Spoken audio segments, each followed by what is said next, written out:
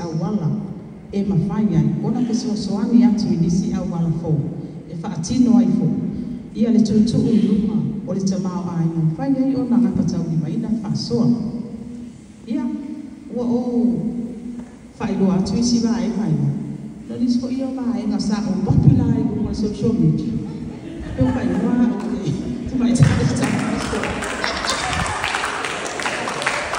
a le tu sisi na mai o lo a toa le leilo tino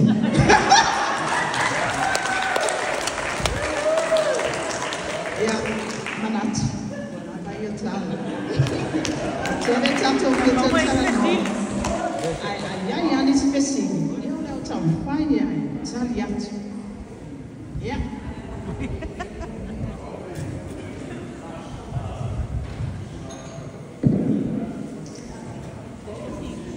Element.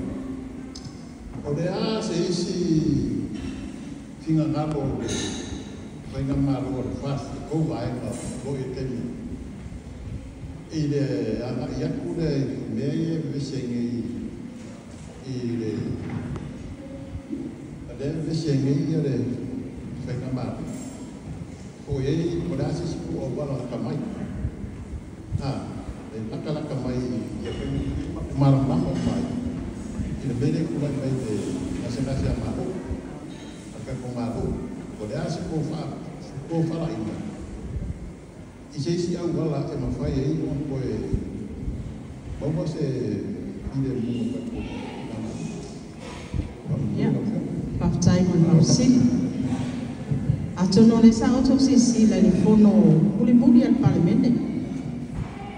La mesa tu fono no. Ya. E mo ia ta ape e ta apende. Ya sa pase le mutu. O teni fole ne. O te alo esen sa mo ele ma o se tala. O le ase aso lata mai. E fatino il fontana al Parlamento sa mo. Tono lo fatino la va lo tati e pe le fiore con petalai. Ia wau tiutelea. Ai Fesili ama I le pole ase isi tapenanga a mātone gospel. Tapenanga mua mua. O le tau mwhai whailo mwa mautu. Wai o ngai fast.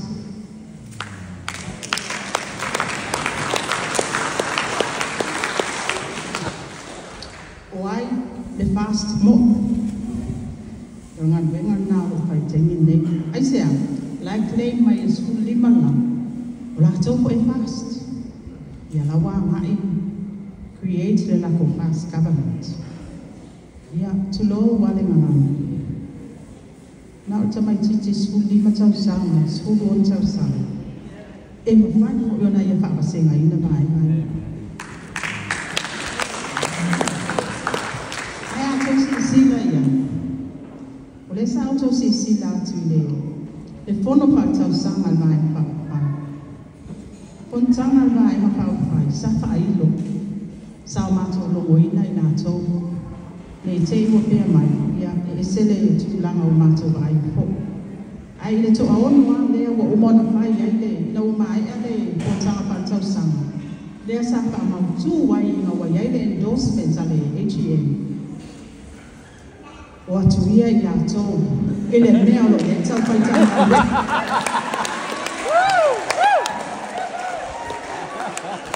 watu ia ia to le mea ia le tau pai tau ia we ma le lili ba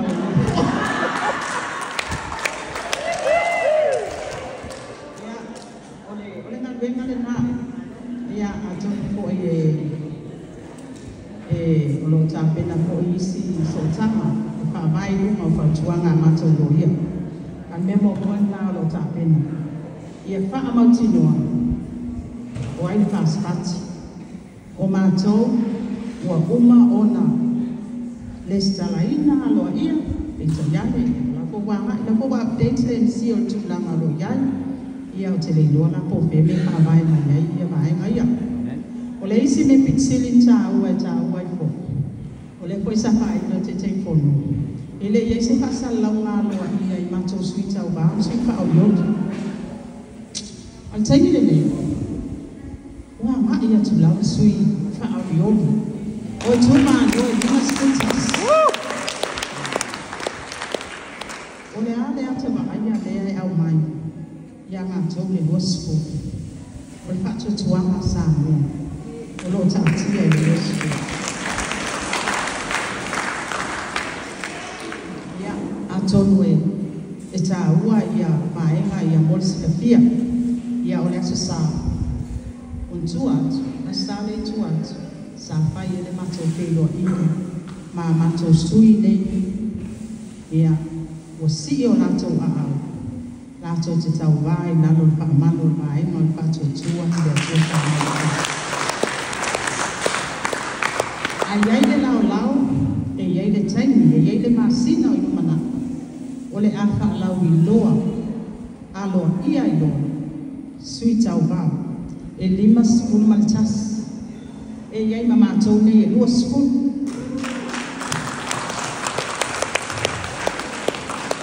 ia o isi sui tau o isi tu malo wako kai lua kai ku ia e ia le strategy ale pionga te fono tala noa o le formula le vai fatu tua ia tua sa moitas sa sita matai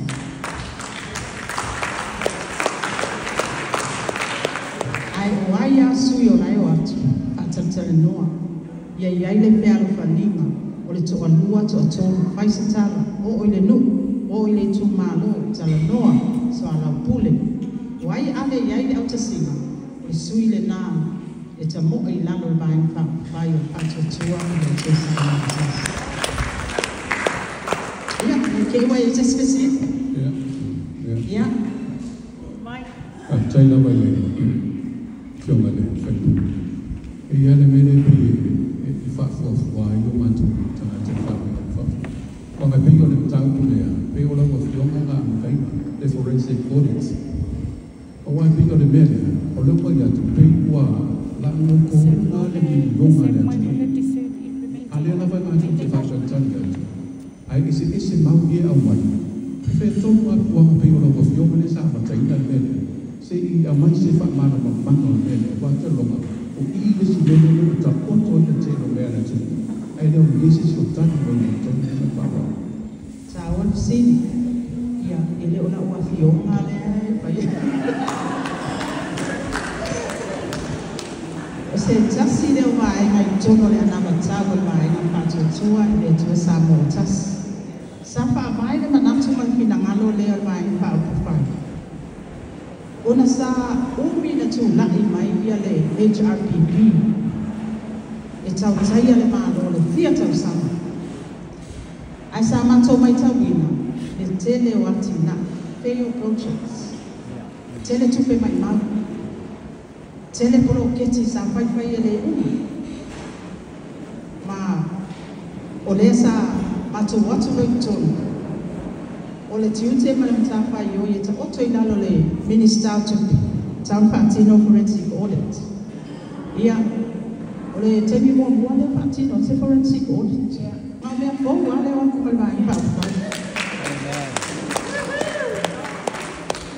ia a ole auma ai ole manatu patino sai ni lima ele o se sai ni ma sei fo ai ole manatu o angi lu tau o angi le sona tau pa ko fia o mai ai ma tone le malo fo ia o ta pesela o suia o kuria o minister finance o lai wa mai a ona tofia le audit firm patino ia patino a o ke topa e te tau na mai ai o ke topa tau sama ne o tau sama ne ona na bima ona mo mai ai a tono le foi sa ma top sini ne foi po a me te po la yu ma le cabinet ia on fa ma tu wat po ile patino na no ngal parliament ia mo sila fia ia go le to minister to o le o se mai ia le fio ma minister to before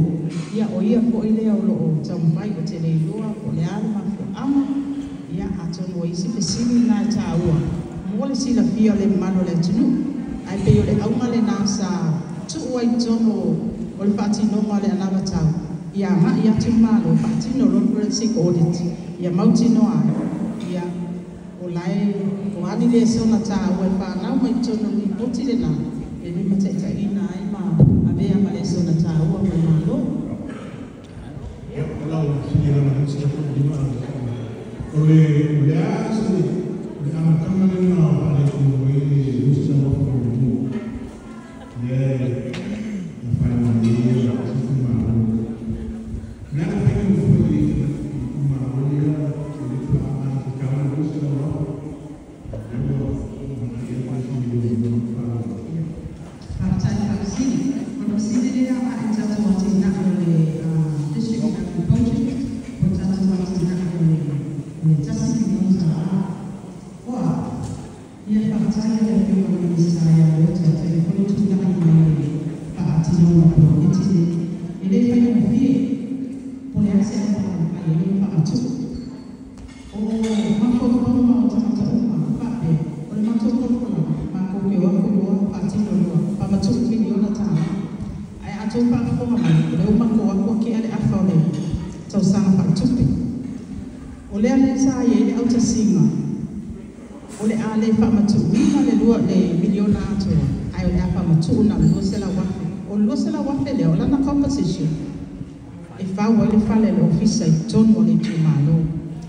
o le isi vaenga e whaatotonga ai le ofisa. O le isi vaenga e totongi ai ia le whona whaavai ia ai mai seifo. O le awhainga wenga totonga the full-time workers e totonga o le district office lea. O le composition na mai whaonga ina o le luasela wafe. Peita iana o le tāua i o luasela wafe lea. O mato mautino ai ke le i o whawhika uri sa whaanga mai ana. E avakulo se la wafe wai moa, wa yaita iala mwhai whawai, ia e oko isi waenga, wha esele patinoma, ia a tono le koisa o wakua uia, ka mwhai fulu mua le afo i kelo la pisi de, ia le koisa atu la ima ia inisi o itu malo, ia o le alawa o maa na patino ko ilenga luenga, ia isi itu malo o lo taufia bea ia lato tupe tegini nei o na mautinoa ia o le lava sa le hulu tai ala ma pai whawai ia ma o maenga po ia sa tuli matai po ia le steering committee sa tulai mai ma whaatino ai ia controls maututu o le mato o atu le mato miliona ai pe o le Tali le Fesili ia olo ia controls e vai on patino ina ia ia ko le committee vai a pa Fesili ia wa pa ma se vai na tupe ia e me ia le investigation office la lo tanga le ma tupe e patino la tanga le ma tupe ina mai le report steering committee ia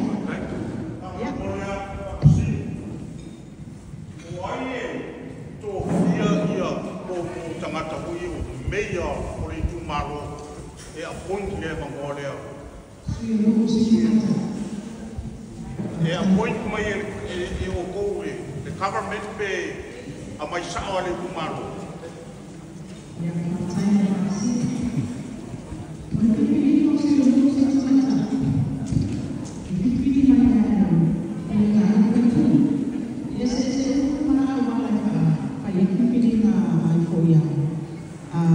saupa inga nuu ma lalafama ayenta yala e abatu ntanga kwengo tidamta maita e yaile tausanga a obatu le ono su tausanga e tatauna abatu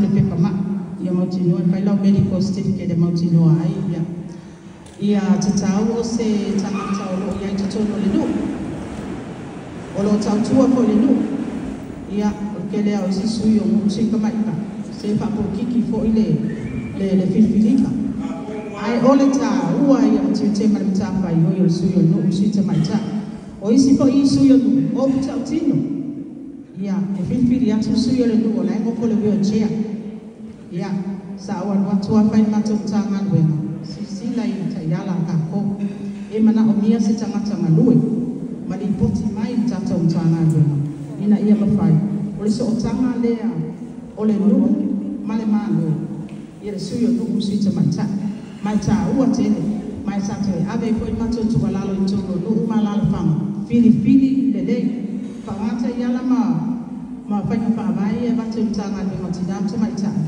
E whaavai e whiwhiri ngā tangata sa. O isi nu, e pi whaasolo koi ngale e pito nu. O isi fo inu, e dominator tu kua le nu. Au mai kamale a foi, ave o mai e so o, e usi kai a. O le mea tu whai atu wai. Ia, o isi mea ngā i wo uiloa inu. I le kai ninga o ma lua i tona tanga ni ngoti nātu mai tā. Ko tāna kusi?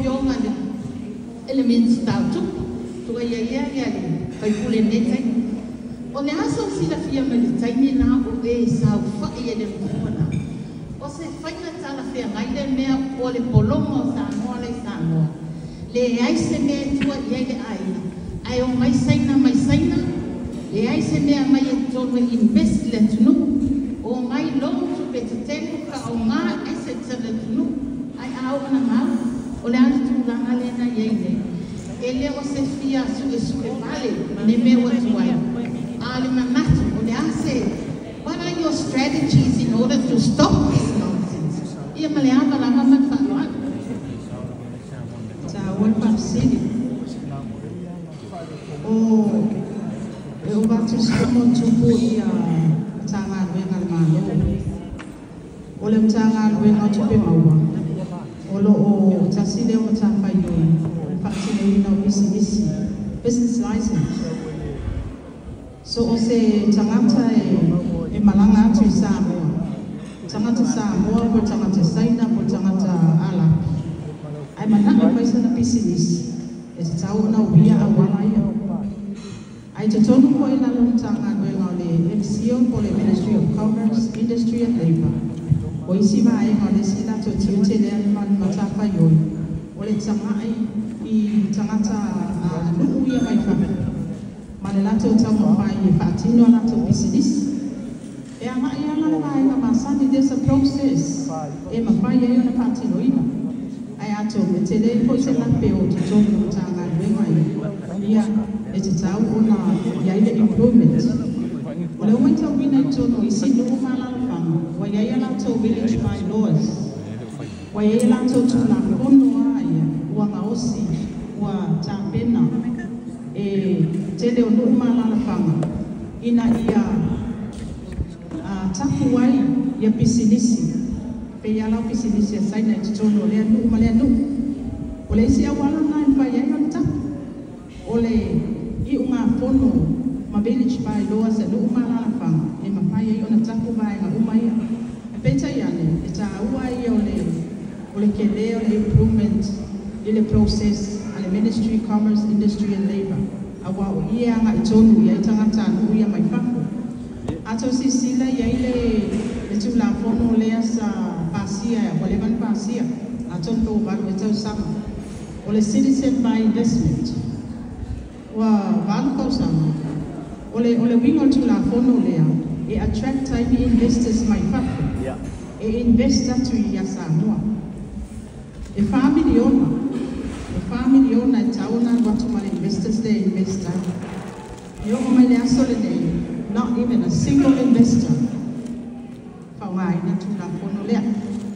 Ia lesa ia le ilo ilunga musifia, lesa ia ia le afio al minister ia le otala mustensio, telefo inga luenga le afio al minister sa patino. E tau clean up ia vaenga ia, ia mautinua. E attractive investment e attracta kwa ia investor folk. So se investor se lewa, e le papea watu loa o komeki ia ma isu mai lau lai semi le ai. Te le o le process e tau patino. E ia ile due diligence check, the background check e patino tato partumbe tuton por Central Bank. E iloa ai ia o simi lea, e le iso na so otanga i mea tau terrorist projects ma mea na, ele o iai fo so na so otanga i ni awala pa so tula kono. O ngā luenga le nāma process na e au patino mombua. Ina ia mawhai ai, o na come clean se kangaka. Ai le patinoa sana pisi nisi tono Samoa. Ai a au ia le awala tapu ai, mua, e te tau na tā pena le loto i pale tono tā ngā luenga ia. Ia tighten up the process. Ngā ia mautinoa.